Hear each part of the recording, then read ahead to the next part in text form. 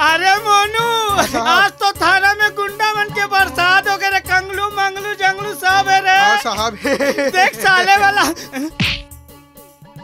जय हिंद सर। बंद कर साले मल्ला, एकर मन ले कोनूल मिलन मत दो। और सुन, ये साले मन के खाना पीना बंद कर दो। सर एक बात कहो जनाब, आज हमारा लगी कि हम पुलिस वाला है और ये एक पुलिस थाना है।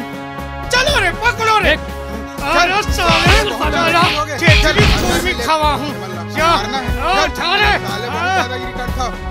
चल